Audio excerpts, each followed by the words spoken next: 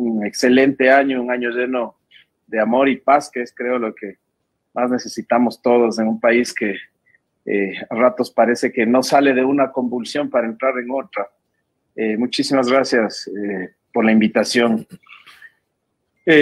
Mire, Liceña, el tema de la Corte Constitucional de hace pocos días, si bien es cierto, tiene una connotación, una importancia propia, es muy fuerte que la Corte Constitucional declare inconstitucionales resoluciones del Consejo de la Judicatura. Es un hecho inédito, es un hecho que va a acarrear una serie de responsabilidades y de situaciones para el país, pero para iniciar este espacio no quiero dejar de decir que me avergüenza que la Corte Constitucional, sobre todo el voto de mayoría, porque hay que revisar los votos concurrentes, son un poco más claros, son un poco más decentes, declara inconstitucional todo un proceso y con el pretexto de que ya están las cosas dadas, le dé calidad de cosa juzgada a las barbaridades que hicieron esos jueces encargados, puestos a dedo vía resolución administrativa.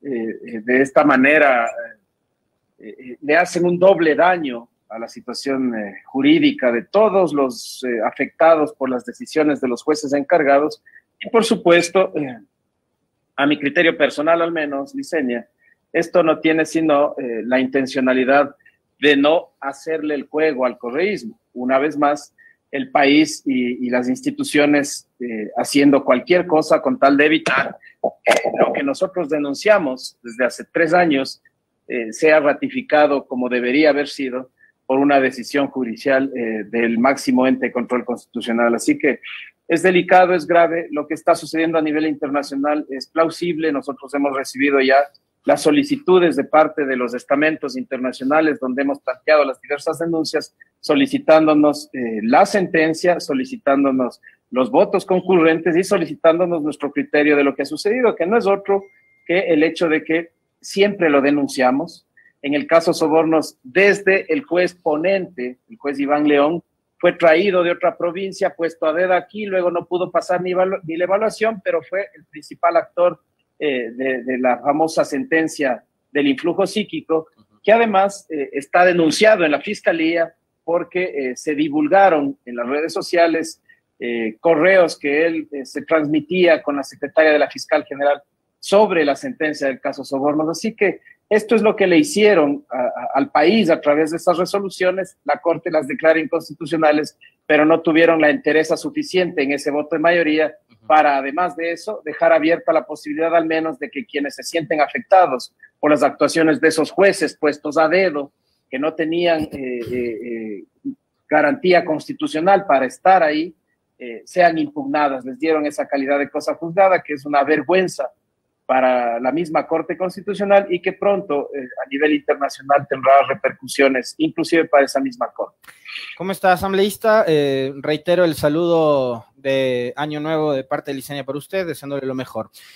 A ver, en el comunicado que emitió la Judicatura dice 2 cosas, una con respecto de que se mantienen en firme las sentencias dictadas por la justicia y los jueces, ¿no? Entonces ahí la primera, y digamos, de alguna forma conectándolo con esto último que usted decía, ¿qué va a pasar cuando esto llegue a cortes internacionales? Porque indudablemente la sentencia de la Corte Constitucional para ustedes se convierte en una herramienta muy importante para sostener que detrás de, por ejemplo, el caso Sobornos, y seguramente habrá muchísimos otros casos parecidos, hubo influencia política y hubo las intenciones de, a través de colocar a jueces temporales o a jueces golondrinas, dictar este tipo de sentencias, ¿no es cierto? Entonces, ¿qué va a pasar primero con ese caso? Y lo otro, que tiene que ver también con una valoración de carácter político. Ahora usted es asambleísta, cumple un rol político, y es que en este comunicado que emite la Judicatura, ellos de alguna forma tratan de blindarse recurriendo a la cantaleta de la consulta popular de febrero del 2018 y la voluntad popular expresada en las urnas. Gracias, Alexis. Como el pueblo ecuatoriano sabe, nosotros presentamos las primeras denuncias internacionales hace ya 2 años, ¿no? Existe ya un informe para una admisión, digamos, para informe de fondo de nuestra denuncia justamente contra esa consulta por habérsele consultado al pueblo ecuatoriano sin dictamen de constitucionalidad, por habérsele consultado al pueblo ecuatoriano preguntas que implicaban regresión de derechos, regresión de garantías. La Comisión Interamericana ya ha admitido para informe de fondo esa denuncia y quienes hacen derecho internacional de los derechos humanos conocen que una admisión para informe de fondo es un paso gigantesco en contra de lo que se ha denunciado, ¿no? Es un gran paso procesal.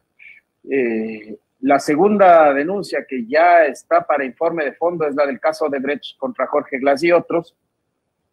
Y nosotros venimos denunciando la situación de los jueces encargados, de los jueces golondrina. Me encanta esa calificación que les das, porque vienen, dejan su cosa y se van. Ya están denunciados también, tanto en el sistema interamericano como en el sistema de Naciones Unidas. Así que las repercusiones serán prontas porque realmente es escandaloso. Y es escandaloso, vuelvo a decir, que la Corte diga que es inconstitucional cómo llegaron, pero no diga que es inconstitucional lo que hicieron. El Consejo de la Judicatura lo que hace, creo yo, es en un comunicado desesperado, en un comunicado torpe, muy propio de lo que el Consejo de la Judicatura se ha dedicado a hacer en estos años, reconocer que no tenían norma, reconocer que era inconstitucional, tratar de taparse atrás de un muerto, perdón que lo diga así de crudo, pero eso es lo que hacen, y pretender que el pueblo ecuatoriano avaló eso que hicieron y que fue una barbarie. Ya llegará el momento de las cuentas también, Alexis, para la vacancia constitucional. Y respecto de estas resoluciones, no faltará quien ponga también demandas de inconstitucionalidad contra la resolución que puso a dedo a esos jueces de las cortes provinciales de distintas provincias. Así que con lo que hizo la Corte Constitucional podía haber solucionado todo, pero dejó abierta una puerta para que muchos recurramos también por la vía de la inconstitucionalidad a los casos específicos. En el tema político, bueno, la situación del Consejo de la Judicatura ya viene siendo muy delicada desde hace meses ya en la Asamblea. Claramente han sido presionados, han sido impulsados en ciertos momentos por ciertos sectores. No se olvide que un vocal fue cesado por el Consejo de Participación, luego apareció una acción de medidas cautelares que se resolvió en 15 minutos, vía providencia, dijeron que ya no valía lo que hizo el ministro anterior, que ahora vale lo que hace el nuevo. El ministro de Trabajo anterior dijo una cosa, el nuevo dice otra, le obligaron al señor a volver.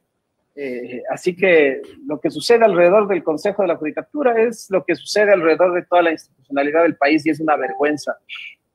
Hay que recalcar, la ciudadanía debe conocer que el Consejo de la Judicatura es una de esas instituciones que para poder ser procesados políticamente y cesados de sus cargos necesitan mayoría calificada, es decir, necesita la voluntad de más de 90 asambleístas y esto, claro, era para proteger lo que implica una institución de esa magnitud. Esa es la razón de ser de una calificación así en la norma constitucional. Sin embargo, creo que poco a poco, debido a la cantidad de irregularidades, debido a la irresponsabilidad con la que han actuado sus funcionarios, se van acumulando las voluntades políticas en la Asamblea como para llevarles a juicio político en los próximos meses. El problema ahí es que la Comisión de Fiscalización está dedicada a revisar lo que pasó hace 10 años, está dedicada a revisar sentencias ejecutoriadas con calidad de cosa juzgada de hace 8 años, en lugar de poner en donde debe ponerse a los exfuncionarios del gobierno de Moreno. Ya lo hicieron con el caso Richard Martínez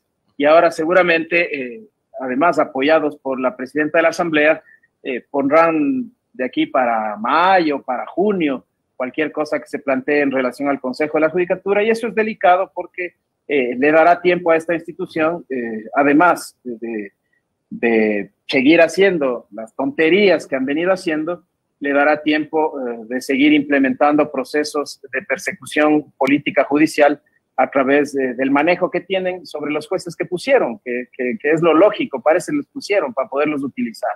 Entonces hay que manejarse con mucho criterio, con mucho tino, con mucha responsabilidad, que es algo que yo siempre le exijo a la Asamblea, siendo como soy parte de ella. O como lo hace Fiscalía, ¿no? Que no bastó un informe de la Comisión de Fiscalización sobre el tema Sucre, para que abra una nueva investigación en contra del expresidente Correa, mientras seguimos todavía a la expectativa de ver cuáles eran las sorpresas del caso INA Papers, por ejemplo, ¿no? Que en junio, julio de este año la fiscal dijo que tenía varias sorpresas y que hasta ahora, ya estamos de enero del 22, no vemos nada.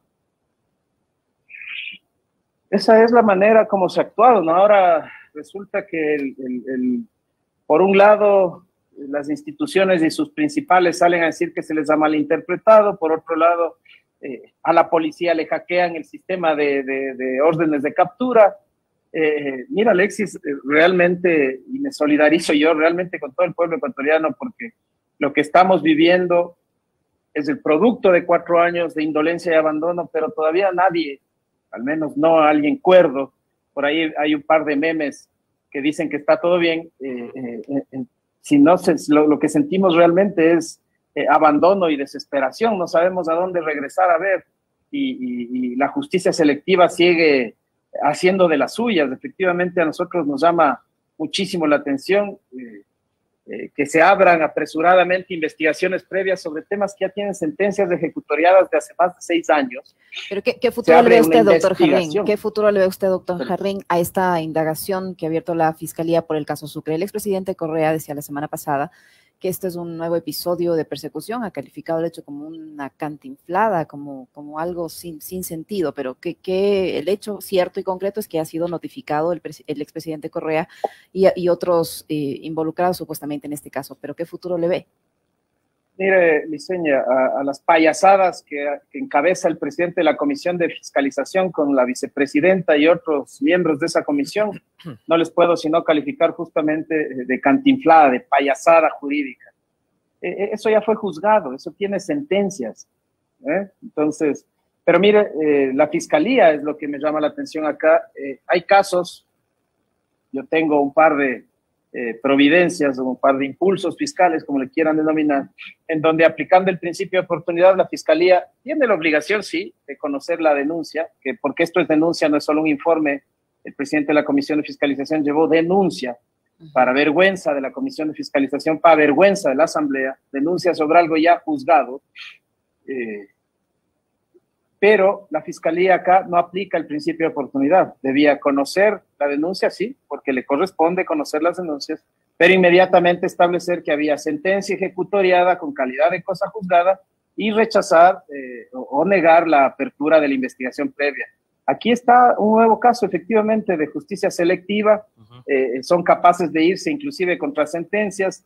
La señora fiscal en ese tiempo era fiscal, conoce perfectamente bien el caso, lo llevó el doctor Chiriboga y en general fue un caso que además trajo repercusiones, se destituyeron jueces, que no se hagan los que no se acuerdan de esas cosas, porque esos jueces son algunos de los que andaban desfilando luego en las reuniones con el Consejo Transitorio de Marcelo Merlo y compañía, y ahora ya se olvidaron de eso para poder abrir una nueva investigación. Es una vergüenza, es una payasada que hayan dejado salir sin responsabilidad política a Richard Martínez y estén empeñados en llevar cosas que ya se juzgaron, no que ya se tramitaron políticamente o que ya se discutieron. En todo caso, eso sería, digamos, aceptable, aunque no justo con la ciudadanía que espera otras cosas.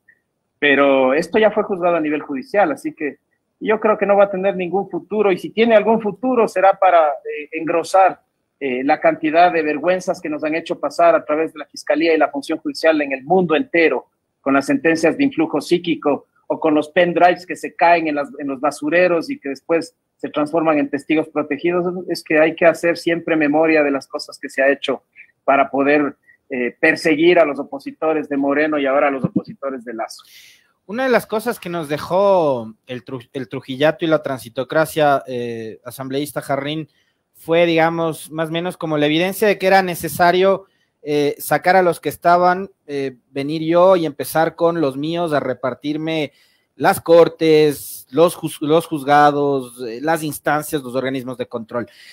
En varias ocasiones he tenido la oportunidad de conversar con colegas suyos que me han dicho, verás, tal abogado es el que controla la fiscalía. Tal otros abogados son los que controlan estos despachos de la Corte Constitucional, tales abogados son los que controlan tales despachos de la Corte Nacional de Justicia.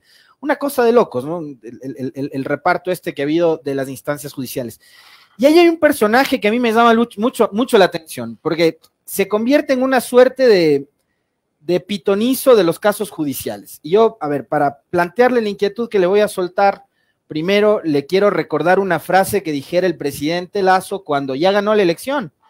El 12 de abril, un día después de que ya es oficial el resultado, gana la segunda vuelta Guillermo Lasso, el señor Lasso dice, yo acá no vengo ni llego con una lista de perseguidos, voy al Ecuador del encuentro, y hubimos muchos ecuatorianos ingenuos, por supuesto, que nos tragamos de esa rueda de molino, y le creímos el relato de la pacificación y del Ecuador del encuentro y de tales.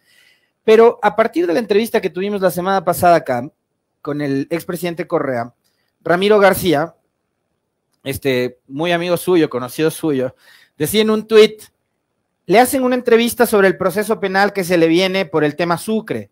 ¿Cómo no se va a poner a chillar? Dice García, porque al final de la entrevista, y que nada tenía que ver lo uno con lo otro, pero el presidente Correa en este espacio se quebró, ¿no? Porque Licenia le mencionó los saludos que le enviaba la gente y Correa habló de que extrañaba la patria y demás. Entonces dice, ¿cómo no se va a poner a chillar? No sean así, déjenle tranquilo, aunque sea por fin de año, que se le viene un 2022 lleno de líos judiciales.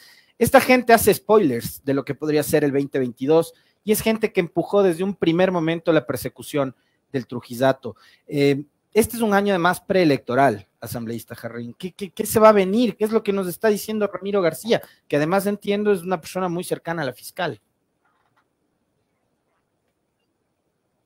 Fue un amigo mío, era una persona, creo que sigue siendo un abogado muy inteligente, fue una persona muy importante en algún momento de mi vida. Ahora solo siento vergüenza en lo que se ha convertido, producto del odio y el oportunismo, ¿no? Así que eso claramente, Alexis, fue mi amigo, ya no lo es, ni volverá a ser mi amigo. Yo no mezclo las cosas, y para mí el que no es coherente en todo, no es coherente en nada, y García se ha transformado en eso que acabas de leer.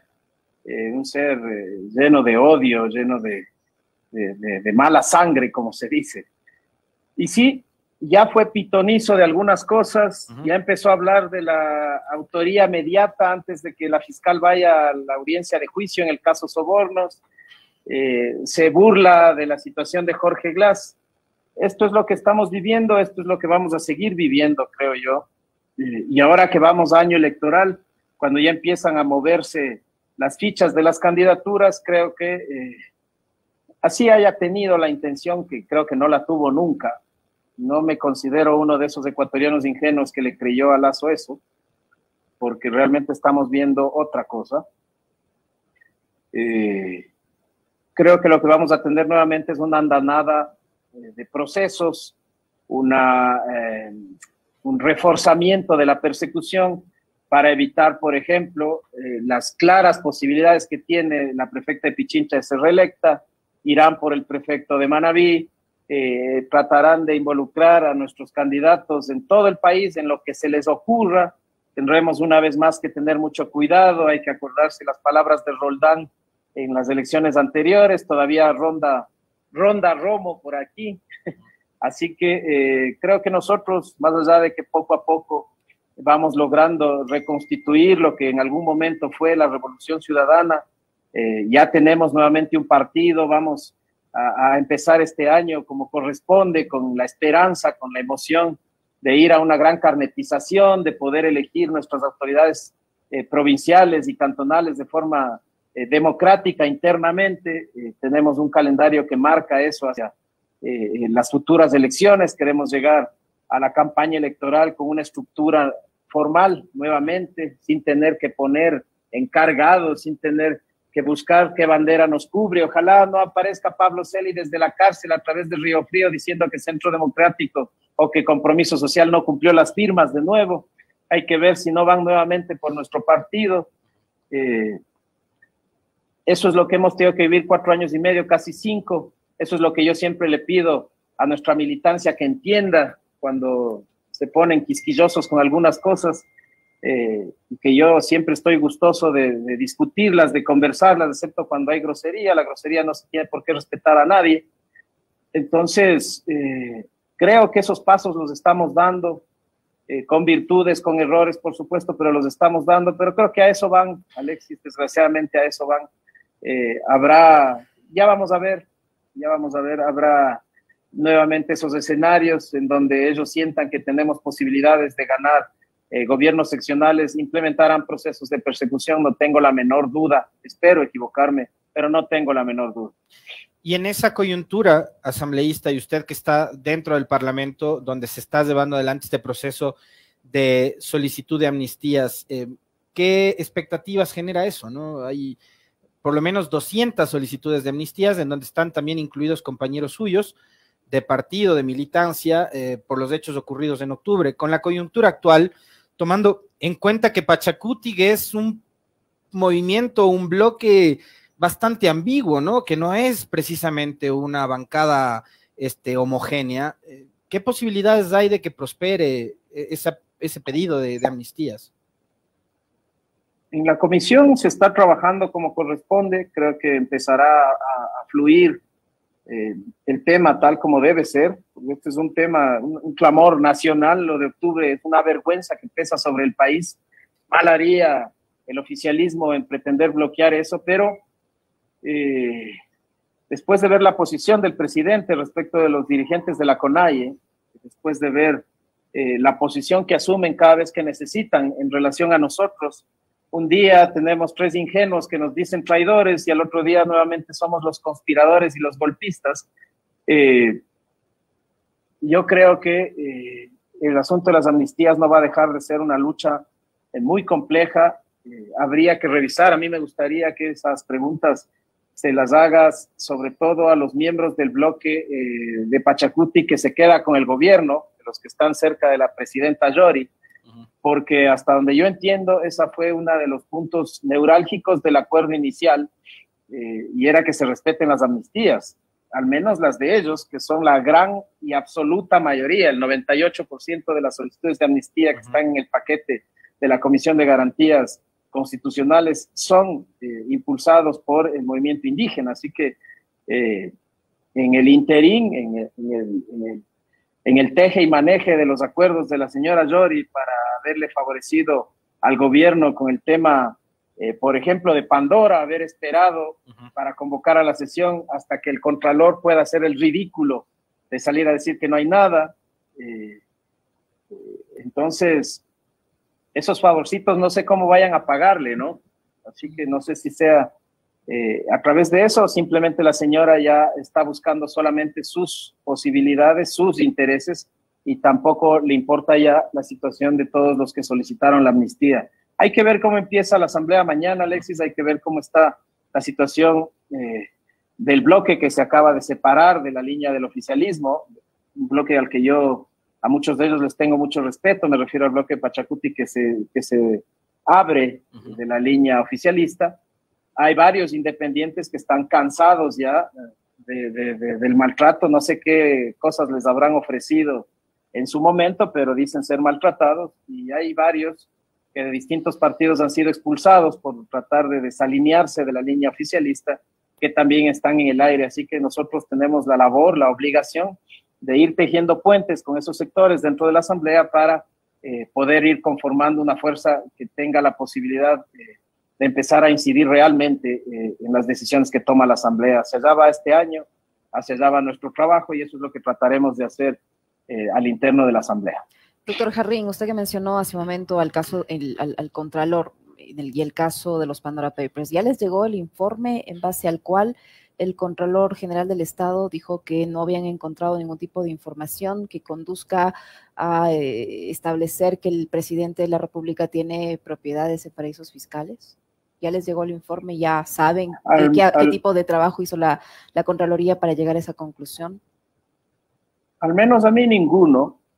No sé si al asambleísta Vanegas, que está proponiendo ya incorporar eso a un proceso político, ya le habrá llegado, no sé. A mí no me ha llegado nada y no espero nada de ese informe, ¿no? Pero hay que saber que Río Frío existe el informe, porque en la comunicación que se hizo pública el mismo día, cuando se debatía el tema de los Pandora Papers en la Asamblea Nacional, no decía adjunto el informe, solo era la comunicación del Contralor. Por eso yo le pregunto si es que ustedes como bancada solicitaron ya que se les entregue ese informe donde se debería detallar qué tipo de trabajo se hizo para llegar a la conclusión que llegó el señor Riofrío. Entiendo que las compañeras de la Comisión de Garantías Constitucionales solicitaron eso. Creo que la comisión en general solicitó eso. Pero decía que yo no espero nada de eso. Ya sabemos que Riofrío firma lo que le mandan de la cárcel 4. Y así es desde que asumió como subrogante de CELI. Entonces, ¿qué podemos esperar de un contralor así? Es como esperar que el procurador defienda al Estado. El procurador se allana a las demandas internacionales. Seguimos viviendo las consecuencias del trujillato, como decía Alexis, y todavía no se termina de sufrir eso, porque el Consejo de la Judicatura y la Fiscalía también fueron puestos por el mismo organismo espurio y vergonzoso. Asambleísta Jarrín, ¿qué es lo que debería pasar transcurrido todo este tiempo con el caso del ex vicepresidente Jorge Glas? Entiendo que él ya podría acogerse a ciertos beneficios, y más todavía considerando todo este desastre que ha provocado la falta de presencia del Estado, la falta de recursos públicos en el sistema penitenciario, ¿no? Hemos visto las masacres ocurridas en febrero, las últimas de noviembre del año pasado. Jorge Glas ya debería poder estar en su casa, defenderse en libertad. ¿Qué es lo que debería pasar con él? No sé si nos puede aclarar un poco cuál es el escenario que enfrenta actualmente el ex vicepresidente Glas. Con mucho gusto, Alexis, y gracias por esa pregunta. Jorge Glas fue sentenciado con el código antiguo para no tener que darle 5 años y que tenga posibilidad de la suspensión condicionada de pena que le daba el código nuevo, porque lo que querían con el caso de Brecht era robarle la vicepresidencia. Por eso le condenaron con el código antiguo en el caso de asociación ilícita. Y en el caso sobornos, la tipificación de los tipos penales, valga la redundancia, se utilizó el código antiguo. Hay que ver la sentencia. De artículo tal del Código Penal, ahora artículo tal del COIP. Los hechos que le imputan a Jorge Glas todos son previos al 2014. Por lo tanto, los 2 casos en los que Glas tiene sentencia ejecutoriada tienen por favorabilidad la utilización de los cuerpos legales antiguos. El Código de Ejecución de Penas antiguo no tenía la acumulación, tenía la unificación. Existía el mecanismo de la generación de una pena única, que era la absorción de la más grande a todas las pequeñas en una sola. Y segundo, el Código antiguo, el de ejecución de penas me refiero, establecía que después de cumplir los 2/5 de la pena, es decir, el 40%, podía solicitarse los regímenes de prelibertad o libertad controlada, como le quieran decir. Entonces, Jorge Glas cumplió los 2/5 hace 1 año. La pena del caso soborno son 8 años, los 2/5 son 3 años. Jorge Glas ya pasó la mitad, ya pasó el 50% de esa pena. ¿Y por qué no le dan la prelibertad entonces ahí, asambleísta? Es una pregunta que nos hacemos todos. Solamente aquellos que están llenos de odio o de intereses políticos pretenden mantener a Jorge Glas en la cárcel porque representa la lucha que hemos tenido que ejercer durante todo este tiempo. Él está desde hace 1 año en calidad de rehén del Estado. Y eso lo hemos denunciado y lo vamos a seguir denunciando. La comisión conoce esto, por eso el mecanismo contra la tortura contra la detención arbitraria, ya emite un pronunciamiento en las Naciones Unidas. Se va a pronunciar próximamente el mecanismo contra la tortura. Se han generado veedurías en la Unión Europea al respecto de la situación de Jorge Glas. Estamos a punto de que se nos aplique la cláusula democrática desde la Unión Europea en relación al Tratado de Comercio. Por aquí andaban hablando de que van a haber cosas que ya no tengan aranceles, pero todo eso va a quedar en nada el momento en que nos apliquen la cláusula democrática y se suspenda la implementación del tratado producto de los abusos de derechos humanos de los que el Ecuador es acusado. Ya no existe ninguna razón, Alexis, para que Jorge siga en la cárcel. Se ha presentado hace más de 15 días una solicitud de unificación de penas. No sabemos qué es lo que sucede. Hemos tenido un fin de año muy preocupante en relación a la situación de él. Él no se encuentra bien de salud, le someten a una cantidad ingente de medicamentos todo el tiempo. realmente estamos muy preocupados por la situación de Jorge. Desde aquí mi solidaridad para él y su familia, y todos quienes estamos pendientes de su situación, por supuesto, pero ya no hay ninguna explicación, ya es únicamente la arbitrariedad, el autoritarismo y el odio el que mantiene a Glass en la cárcel, Alexis. Muy bien, qué lástima. Muchísimas gracias, doctor Jarrín, por su tiempo, por la información que nos ha proporcionado. Muy amable. Feliz año. Gracias, Liceña, Alexis. Un gusto estar con ustedes. Un año para todos.